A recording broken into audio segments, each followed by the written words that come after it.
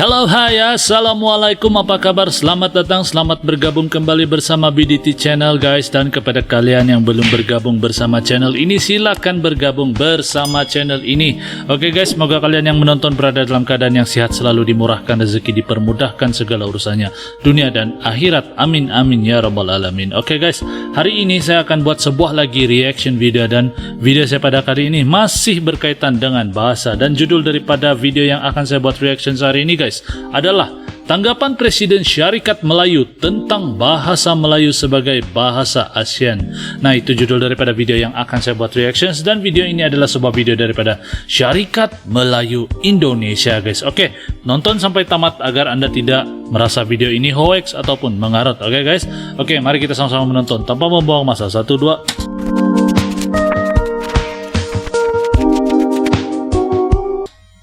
Assalamualaikum Waalaikumsalam warahmatullahi taala wabarakatuh. Salam seluas resam setinggi marwah.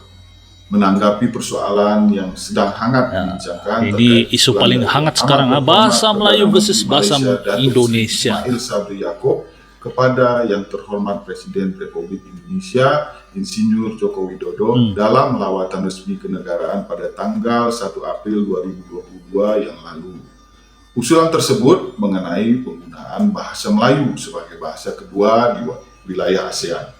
Atas aspirasi dan permintaan dari saudara-saudara masyarakat Melayu di Indonesia yang tergabung dalam Syarikat Melayu Indonesia, mohon izin saya menanggapi dengan segala kerendahan hati. Ada 3 hal yang ingin saya luar biasa, saya suka dengan cara introduction video nih. Pertama, tentang usulan penggunaan bahasa Melayu sebagai bahasa kedua di wilayah ASEAN. Menurut pendapat saya, usulan ini patut dihargai dan bahkan selayaknya diusulkan bukan menjadi bahasa kedua, melainkan menjadi bahasa utama dalam komunikasi lintas negara di ASEAN. Mengapa begitu?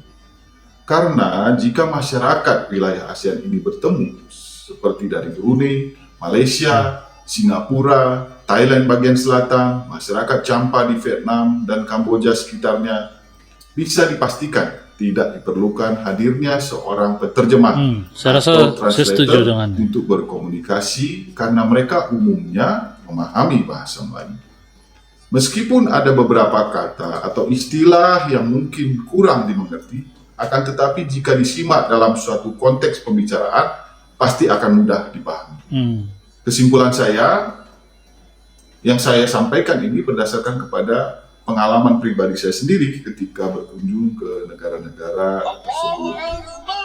Kedua, terkait keberatan atau penolakan dari yang terhormat Menteri Pendidikan, Kebudayaan, Riset dan Teknologi Republik Indonesia Nadiem Makarim tentang usulan penggunaan bahasa Melayu tersebut juga patut kita maklumi karena beliau adalah Menteri Negara Republik Indonesia yang merepresentasikan negara kita, di mana negara kita ini terdiri dari berbagai macam suku dengan keunikan dan keluhuran bahasanya masing-masing. Suku kalau dalam konteks ini, 100 lebih suku kaum yang ada di Indonesia untuk menjaga keutuhan lagi bahasa yang kita dalam bingkai pemahaman Bhinneka Tunggal Ika.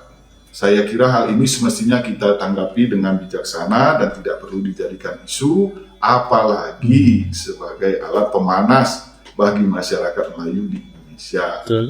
Tetapi saya mohon izin menyampaikan kepada Bapak Menteri Nadiem Makarim yang kami hormati bahwa dalam catatan sejarah, bahasa Melayu adalah lingua franca yang menyatukan Nusantara sebelum adanya Negara Kesatuan Republik Indonesia. Bahasa Melayu adalah ibu dari bahasa Indonesia. Bahasa Melayu adalah asal-usul bahasa Indonesia. Sebagaimana hal ini juga disampaikan oleh Kepala Badan Pengembangan dan Pembinaan Bahasa Kemendikbudristek RI, Bapak Profesor Endang Aminuddin Aziz MA PhD, dalam sebuah perbincangan dengan Adinda Flori Aurentia Hendrian sebagai pewara yang dipublikasikan satu penjelasan yang begitu jelas guys. Pengembangan dan Pembinaan Bahasa pada tanggal 6 April 2022. Pencerahan yang bagus dalam kolom Syarikat deskripsi Melayu ini, Indonesia. Saya sertakan link konten tersebut sehingga kita bisa simak bersama-sama perbincangan tersebut. Nah, di dalam wawancara tersebut juga dijelaskan bahwa bahasa Melayu kini berkembang menjadi bahasa daerah. Dalam konteks ini saya memang sedikit bingung sebagai orang awam yang belum memiliki tingkat akademik yang tinggi. Karena yang kami pahami bahwa bahasa Melayu adalah bahasa sebuah bangsa yang sudah dituturkan antar negara, bukan lagi antar provinsi sejak berabad-abad yang lalu. Bahasa Melayu adalah bahasa dari peradaban yang sudah tinggi. Oleh karena itu, mungkin lebih tepatnya dinyatakan bahwa bahasa Melayu bukan berkembang, tetapi malah menyempit menjadi hanya salah satu dari bahasa daerah di Indonesia. Tentunya ini lebih tepat jika dipaparkan oleh para pakar, para peneliti, dan praktisi akademisi dalam bidang sejarah dan bahasa, khususnya yang mengkaji tentang sejarah dan bahasa Melayu di Indonesia. Namun begitu, jika memang dianggap bahwa bahasa Melayu sebagai bahasa daerah, maka dalam kesempatan ini saya juga memohon kepada yang terhormat Bapak Menteri Nadiem Makarim untuk menjadikan bahasa Melayu sebagai kurikulum wajib bahasa daerah di daerah yang memiliki jati diri, identitas atau entitas Melayu secara kultur, historis, dan geografis, di mana mayoritas masyarakatnya adalah Melayu. Sebagaimana status kurikulum bahasa Sunda di Provinsi Jawa Barat, bahasa Jawa di Provinsi Jawa Tengah dan Timur, dan daerah lainnya. Ketiga, yang perlu saya sampaikan sebagai wacana pemikiran adalah tentang eksistensi sebuah bahasa. Bahwa proses terbentuknya sebuah bahasa memerlukan rentang waktu yang panjang, setidaknya dalam hitungan abad, untuk bisa menjadi sebuah alat komunikasi bagi masyarakat tertentu secara masif. Hal ini dapat kita temukan dalam kajian bidang keilmuan neurolinguistik, psikolinguistik, dan evolusi manusia. Atau pada kajian linguistik modern yang diketengahkan di abad ke-18 lewat sebuah tesis dari Johann Gottfried Herder dan Johann Christoph Edelung yang kemudian masih menjadi salah satu referensi. Video ini dari Syarikat Melayu Indonesia, guys. Jadi link asli kan saya letak di deskripsi di bawah.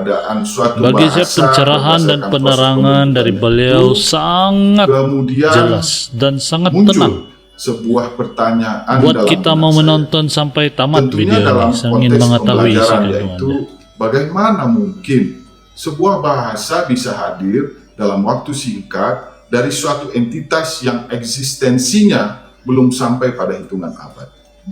Tentu untuk menjawab pertanyaan ini diperlukan kajian yang komprehensif dengan menjunjung tinggi nilai-nilai objektivitas.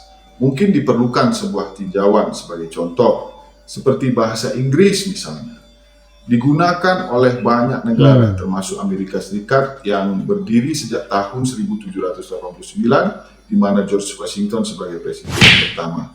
Dari 1789 itu hingga kini, adakah kita dapati bahasa Amerika?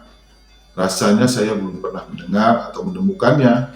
Sepengetahuan saya, bahasa yang digunakan di Amerika adalah bahasa Inggris Amerika atau American English. Begitu juga di negara Australia dan puluhan negara lain. Karena bahasa Inggris menjadi bahasa pemersatu mereka. Meskipun terdapat banyak ragam perbedaan dalam dialektikanya. Sehingga wajar apabila mereka menjadi sangat maju dan berhasil menciptakan sebuah peradaban sehingga kita mau tidak mau terkena imbas dari peradaban mereka itu.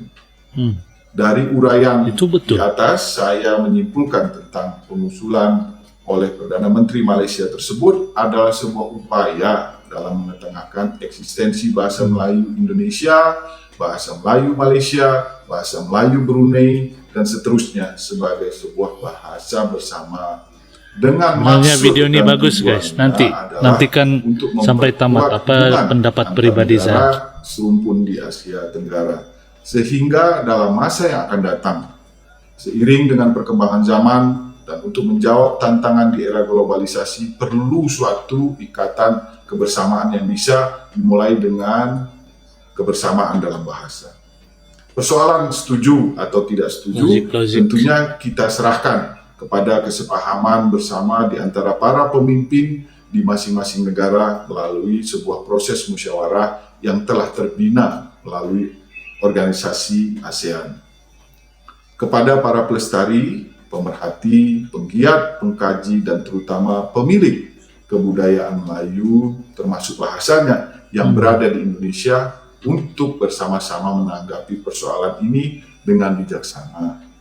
Dan saya berharap dengan adanya persoalan ini semakin menguatkan ikatan silaturahmi di antara kita untuk saling mengingatkan akan sebuah kebudayaan dari peradaban tinggi yang telah mendidik kita untuk selalu mengetengahkan adab dan budi pekerti, budi bahasa dalam setiap gerak langkah serta penyampaian bahasa kita baik lisan maupun tulisan.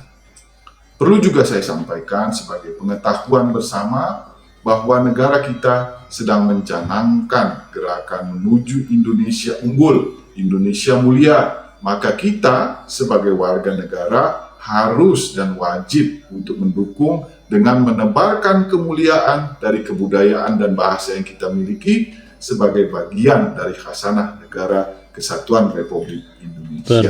Terbaik Demikian guys, terbaik. yang bisa saya sampaikan. Mohon maaf jika ada penyampaian yang tidak berkenan. Wabillahi taufiq wal hidayah. Saya suka lah cara beliau menyampaikan.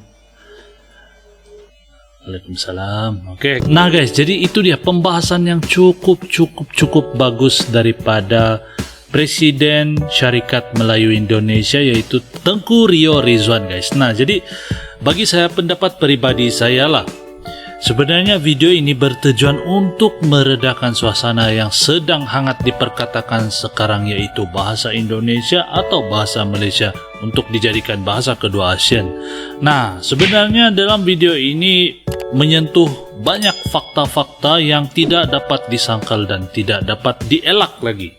Apa yang saya coba maksudkan di sini guys, ialah bahasa itu pemersatu bangsa guys. Jadi seharusnya sebuah bahasa itu dijadikan sebagai medium perantaraan agar mampu berkomunikasi dengan lebih baik.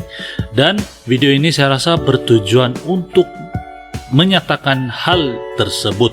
Nah, itulah pendapat pribadi saya guys. Jadi apa pula pendapat kalian? Bagi pendapat saya lagi, saya tidak kiralah sama ada bahasa Indonesia atau bahasa Malaysia sebagai medium perantaraan bahasa kedua ASEAN yang akan dipilih. Tetapi saya rasa kebijaksanaan para pemimpin itu ada. Jadi sekiranya ianya dipilih dan ianya muktamad, nah jadi saya akan menyokong semua usul yang dibentuk ataupun diusahakan itu. Kalian boleh bagi pendapat atau pencerahan yang kalian ingin berikan kepada saya dan saya akan respon guys. Saya pasti akan respon dan saya akan hargai semua komentar-komentar kalian. Oke, saya rasa sampai di sini sahaja video saya pada kali ini. Moga kalian semua terhibur. Oke guys, macam biasa jangan lupa untuk dukung channel ini karena sokongan dan dukungan kalian amat bermakna bagi saya guys. Jadi hanya doa yang mampu saya balas dengan jasa kalian untuk subscribe dan bantu channel ini untuk berkembang. Moga kalian yang sudi untuk subscribe video ini sentiasa berada dalam keadaan yang sehat, selalu dimurahkan rezeki, dipermudahkan segala urusannya dunia dan akhirat. Amin amin ya rabbal alamin. Oke guys, saya rasa sampai di sini sahaja. Salam santun, salam damai, salam silaturahmi. Kita pasti akan berjumpa lagi di video yang akan datang guys. Assalamualaikum.